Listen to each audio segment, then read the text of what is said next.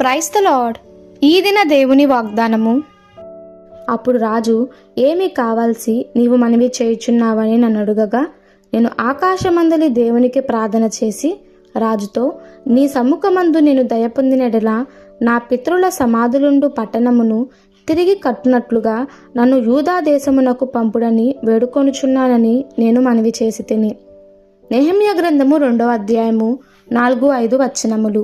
యెరూషలేము గోడలు శిథిలమై ఉన్నాయని, శత్రువు ప్రవేశించడానికి అవే మాత్రము అభ్యంతరాలుగా లేవని ఎరిగిన నెహెమ్యా విలాపించాడు. అతని కన్నీటి ప్రార్థన ఫలితంగా ఆ పట్టణ ప్రాకారాలను తిరిగి నిర్మించేందుకు అనుమతి ఇవ్వబడింది. నెహెమ్యా అధికారిగా చేయడం మాత్రమే కాక యెరూషలేము పట్టణ ప్రాకారాలను తిరిగి కట్టేందుకు అవసరమైన డబ్బు, వస్తువులను కూడా అతనికి సమకూర్చబడ్డాయి.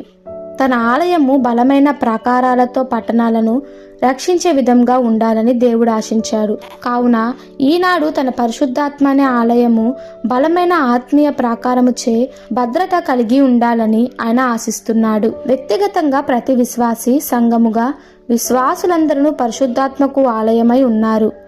కావున వ్యక్తిగతంగాను సంఘంగాను బలమైన ఆత్మీయ ప్రాకారాల నిర్మాణం యొక్క అవసరతను మనం ఇక్కడ చూస్తున్నాము. ఆత్మీయ ప్రాకారాలను సాతానుడు ఇష్టపడడు. శోధనను జయిస్తూ శ్రమలను సహిస్తూ విశ్వాసంతో ముందుకు సాగిపోయే క్రైస్తవులంటే వాడికి గిట్టదు. దేవుని వాక్యాన్ని పాటిస్తూ దైవిక సిద్ధాంతాలను చక్కగా అనుసరిస్తూ క్రైస్తవ క్రమశిక్షణను పాటిస్తూ మందను చక్కగా మేపే సంఘములుండడం వాడికి ఇష్టపడడు. ప్రతి చెడుగుడు నుండి కాపాడుతూ దేవుని వాక్యాన్ని పట్టించి అనుసరించే బలమైన క్రైస్తవ కుటుంబాల కోటలని చూడడానికి వాడు ఇష్టపడడు.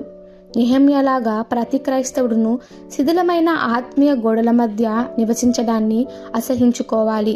శిథిలమైన ఆత్మీయ గోడల్ని ఎలాగైనా వదిలిపెట్టక వాటిని సరైన విధంగాను బలంగాను తిరిగి కట్టేందుకు ప్రతి క్రైస్తవ విశ్వాసి నడుం బిగించాలి.